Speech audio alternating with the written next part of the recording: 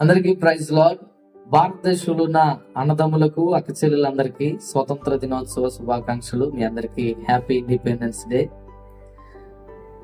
భారతదేశంలో ఉన్న మనందరికి కూడా ఈ రోజున పెద్ద పండుగ ఏంటంటే ఈ స్వతంత్ర దినోత్సవమే. ఈ స్వతంత్రం రాకముందు ఎలాంటి పరిస్థితిలో మన భారతీయులు అందరం ఉన్నామో మనందరికీ తెలుసు. మన కష్టాజీతం మనం తినడానికి లేదు, మన పంటలు మనం పండించుకోవడానికి లేదు, స్వతంత్రంగా తిరిగి రావడానికి లేదు.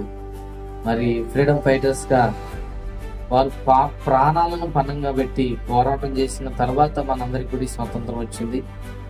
అలాంటి స్వతంత్ర యోధుడైన మహానుభావులందరికీ కూడా నిజంగా అభినందనలు, శిరస్సు వంచి నమస్కరించాలి. ఈ రోజున వారి యొక్క త్యాగమే ఈ యొక్క స్వతంత్రానికి ఇంకా గుర్తుగా ఉంది. ఇటువంటి స్వతంత్రాన్ని పురస్కరించుకుని ఆత్మీయమైనటువంటి ఒక మాట మీకు తెలియపరచాలని ఆశపడుతున్నాను.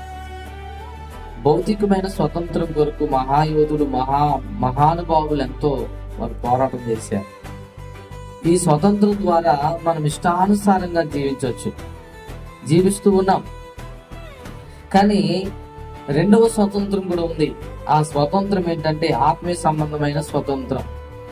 ఈ స్వతంత్రంలో ఇష్టానుసారంగా జీవించడానికి కుదరదు. పాపము నుండి విడుదల, శరీర వ్యసనాల నుండి విడుదల, అనేకమైనటువంటి పాపపు సంబంధమైన క్రియల నుండి విడుదల. అలాగ విడుదల పొందితేనే మనం క్రీస్తులో జీవించడానికి వీలవుతుంది. ఒక క్రమము కలిగి మానవుడు జీవించాలని బైబిల్ చెబుతూ ఉంది.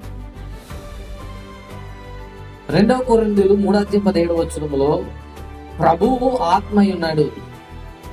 ప్రభు ఆత్మ ఎక్కడ ఉంటుందో అక్కడ స్వతంత్రం ఉంటుందని మాట అక్కడ రాయబడి ఉంది. నిజమే, దేవుని ఆత్మ లేకుండా ఉండే కొంతమందిని మనం కనుక చూస్తే దేనికైనా రెడీ, గొడవకైనా దేనికైనా సిద్ధమనేటువంటి వారు చాలా మంది ఉంటారు. కానీ దేవుని ఆత్మ కలిగినటువంటి ప్రతి ఒక్క విశ్వాసి ఒక కట్టుబాటు కలిగి ప్రతిదానికి కాలు దూవకుండా, ప్రతిదానికి ముందుకు రాకుండా, ఇతరులు గాయపరిచిన, హేళన చేసిన, కోపాన్ని రప్పించిన దేవుని ఆత్మ ఉండడం వలన, దేవుని యొక్క క్రమశిక్షణలో ఉండడం వలన సైలెంట్ గా ఉంటారు. గొడవకి కారణంగా ఉండదు, సమాధానానికి కారణంగా ఉంటారు. అందుకనే ఆయన ఆత్మ ఎక్కడైతే ఉంటుందో అక్కడే సమాధానం ఉంటుంది. సమాధానం ఉన్న చోట స్వతంత్రం ఉంటుంది. భౌతికమైన స్వతంత్రం కొరకు మహాయోధులు పోరాటం చేసి